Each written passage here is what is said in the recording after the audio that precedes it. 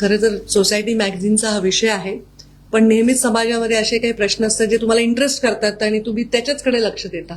पण माझं म्हणणं आहे की आपण सगळ्या गोष्टींकडे लक्ष दिलं पाहिजे, आपण सगळ्या गोष्टींना कव्हर केलं पाहिजे. आपण फक्त निगेटिव्ह गोष्टी कव्हर करण्याकडे कल नाही राहायला पाहिजे. आता कालची जी घटना घडली ती घडून गेलेली आहे. आता त्याच्यावर जास्त संशोधन होईल, जास्त अभ्यास होईल, नेमकं काय झालं ते होईल आणि कारवाई तर झालेलीच आहे आणि ती होत राहील. त्यामुळे त्याच्यावर मी त्याला काही वेगळ्या अनुषंगाने बघावं असं अजिबात मला वाटत नाही. मी त्याला अशा प्रसंगाकडे बघते की अशी समाजामध्ये घडणारी घटना आहेत. फक्त एखाद्या राजकीय व्यक्तीबद्दल ती घटना आहे तर त्याला एक वेगळं डायस असतं आणि मला वाटतं त्यांनी राजीनामा दिला आहे आणि आता बाकीचे त्यांचे पक्षश्रेष्ठी आणि राज्याचे प्रमुख लोक याची चौकशी करतील.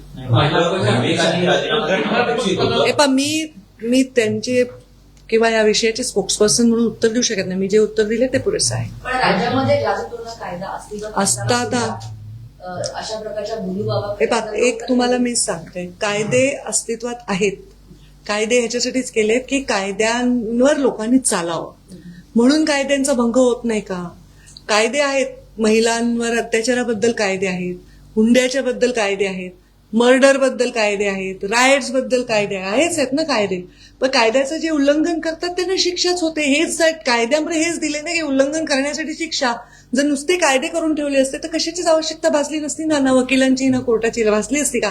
कायदे उल्लंघन करण्यासाठीच ही व्यवस्था आहे आणि जे कायदे उल्लंघन करतील त्यांच्यासाठी शिक्षा असते. आमच्या या सगळ्या महायुतीच्या मध्ये कारवाई न करणं किंवा स्वतःहून राजीनामे दिले तुम्ही त्यांची नावं घेतली तर त्याला दायित्व स्वीकारणं म्हणतात. की दायित्व म्हणजे त्यांनी काही चुकीचं केलं नाही, पण चुकीचं आपल्या सरकारला मलिनता येऊ नये यासाठी दिलंय. तर याच्यामध्ये काही चर्चा करण्याची विषय. एवढी माहिती मी त्यांच्याविषयी संकलित केली नाही ना, मी त्यांची फॉलो पण करते त्यांना.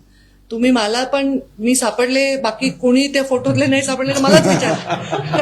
तर मी ते सोसायटी अचीव्हरवर बोलते आणि तुम्ही सोसायटी डिक्लाइन करण्यावर चाललेलं तुमचा काम. जगातल्या कुठल्याही प्रकरणाची चौकशी झालीच पाहिजे.